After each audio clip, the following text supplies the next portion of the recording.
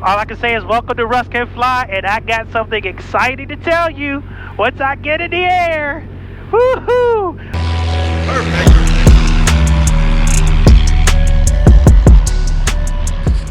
Deck traffic, Cessna 6086 Golf departing runway 1 to the east deck. Alright, I don't see anybody on final, and I don't see anybody on the field, and so we're gonna go on. Alright, so turning on the runway 1, making sure I see everything. Okay, I see one, and one. Alright, heels to the floor, full power.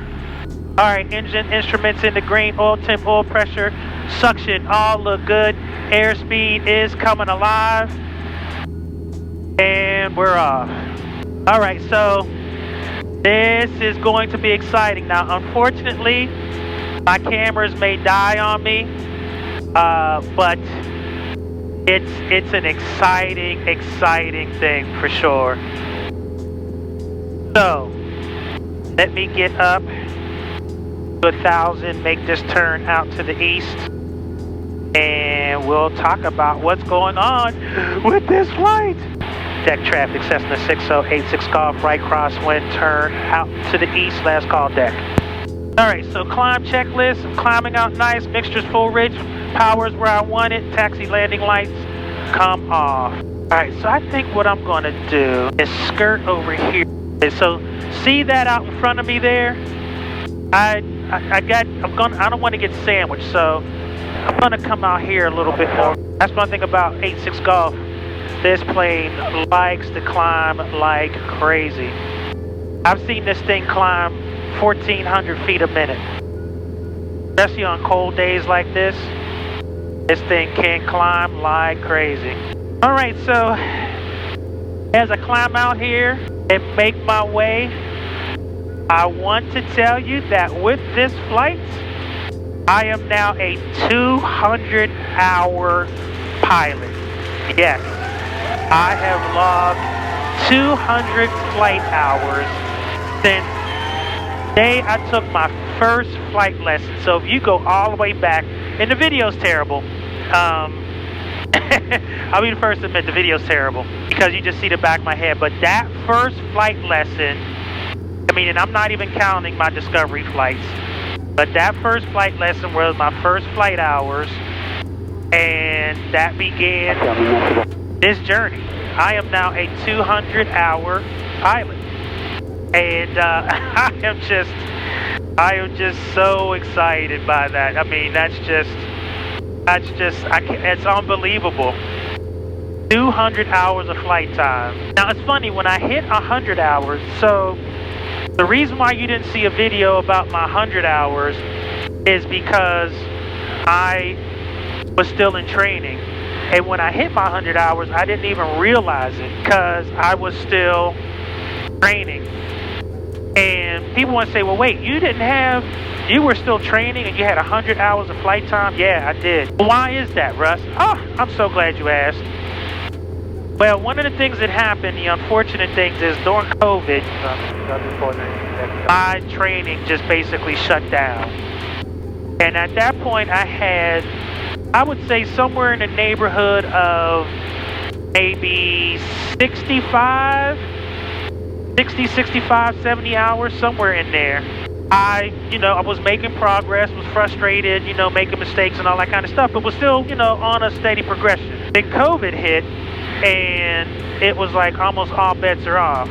So that's when I basically, my training shut down, and I wasn't, training at all.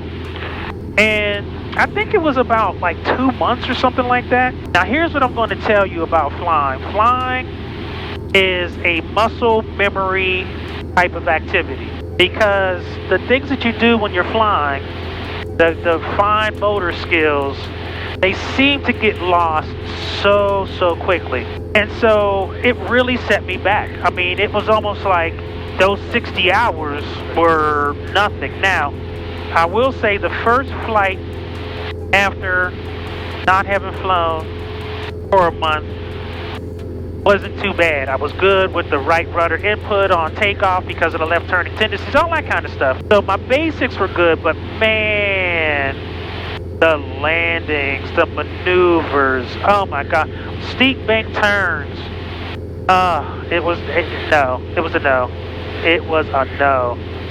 And so because of that, I would say that 60 hours, I would say take away at least 30 of them in terms of the redo I had to make up, get back on the horse. So yeah, I'm just waiting to kind of clear some of these clouds so I can climb up, because I know it's clearer to the east. But this time, since I've been doing a lot of flying on my own to get better at, become a better pilot, get better at my,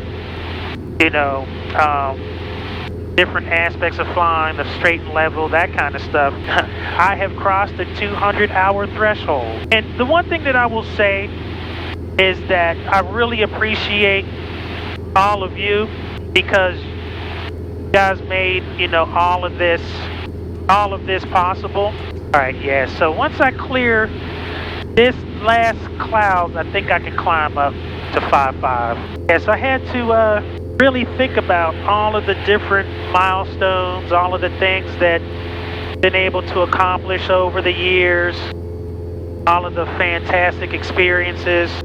And so you are now looking at a pilot who has 200 hours. And I still really can't believe it, to be honest with you, paying some attention to traffic. So yes, I wanted to get all of that in, because I'm gonna probably lose cameras. I know I forgot my cord, so usually I have that camera back there always dies pretty quick, as I don't have a cord to it, battery pack. This one I have a battery pack, but I don't have a cord, so yeah, that kind of sucks. All right, so we're just making our way, and just basking in the glow of the 200 hours. And again, I just want to thank all of you folks for your amazing support over the years. I just hope to fly many more miles, not many more miles, well, miles too, but many more hours. And I am praying that I get to fly my 5 hours with you.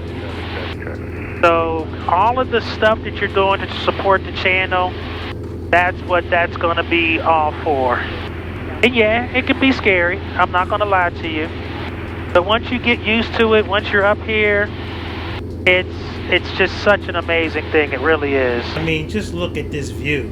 I mean, I get to see this pretty much every time I fly, and it's just such a huge blessing to see this beauty, for real. And so I just want to share it with as many people as possible, because it's just so amazing. So yes, your boy is a 100-hour pilot. Now, there's some people who are going to be watching this video and they are laughing their behinds off. They are literally cracking up. And I can see you. I see you laughing at me. Who would be laughing at you, Russ? I'm glad you asked.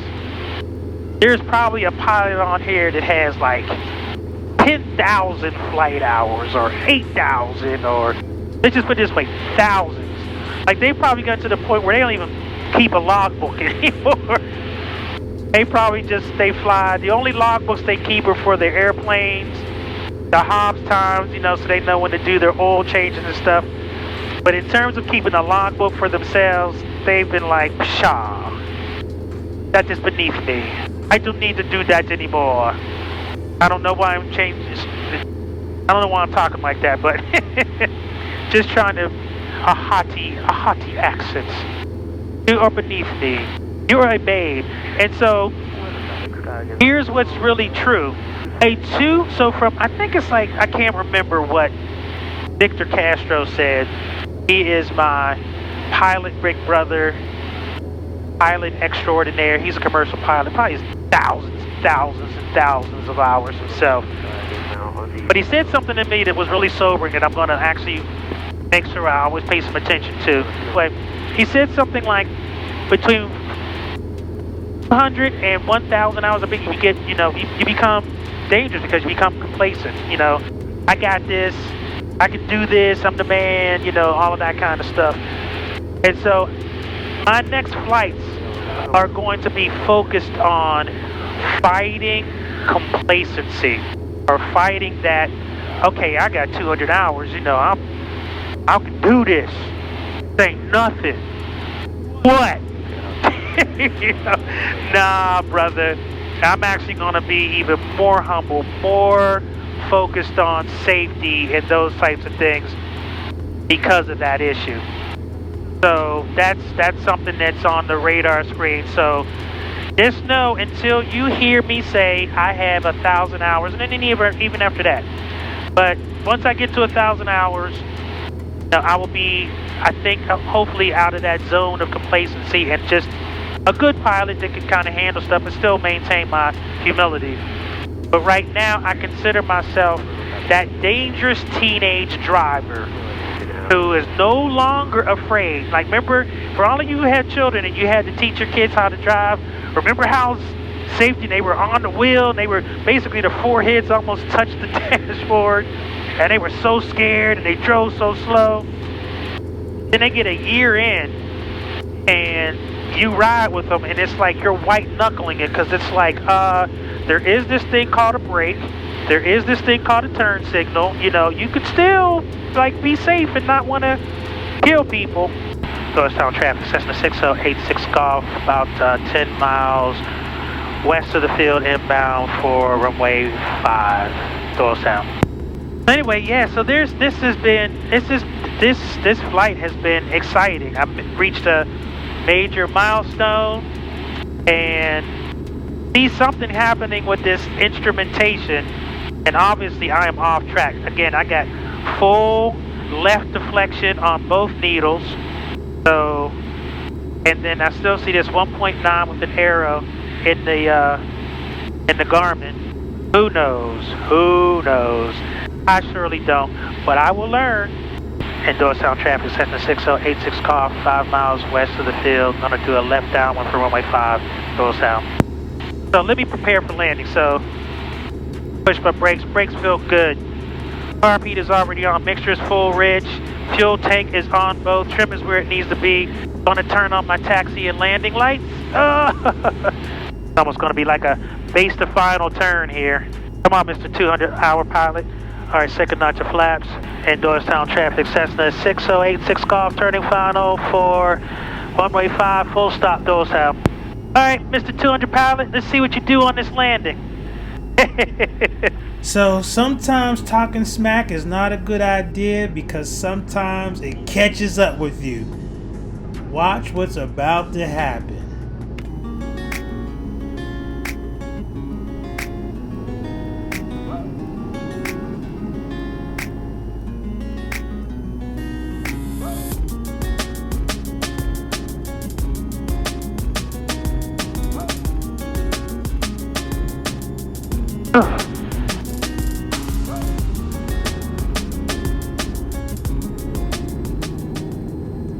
First notch of flaps. Carb heat out. Woo! That threw me. Doylestown traffic, Cessna 6086 Golf, going around. Runway 5, Doylestown. Whoa! Whoa! Yeah, that was crazy. All right, positive rate. Flaps coming up. Wow! Jeez! That scared the mess out of me, yo. That kicked me crazy. Yeah, man.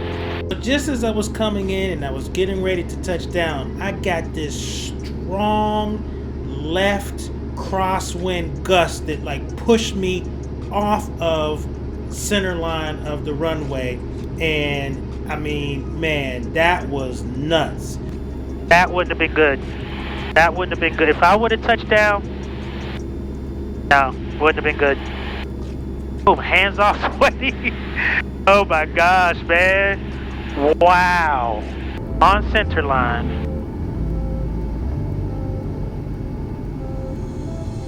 I'm fast.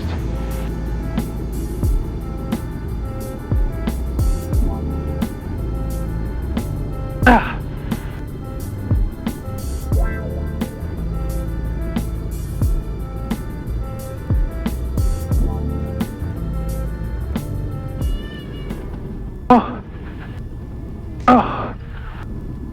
Wow, y'all. What the heck? Oh my God, look at the windsock. Look at the windsock. It is straight out. Holy smokes. Holy smokes. Direct crosswind, man. Wow. Oh my goodness. Oh. All right, let me get myself situated here. All right, thank you for flying with me. 200 hours, direct crazy crosswind. I am, man. What, man? Man. All right, I got to get out of here. Someone else needs this airplane. Whew, thank you, Lord. Thank you, Lord, for getting me down on the ground. All right, Russ can fly. I'm out. Peace.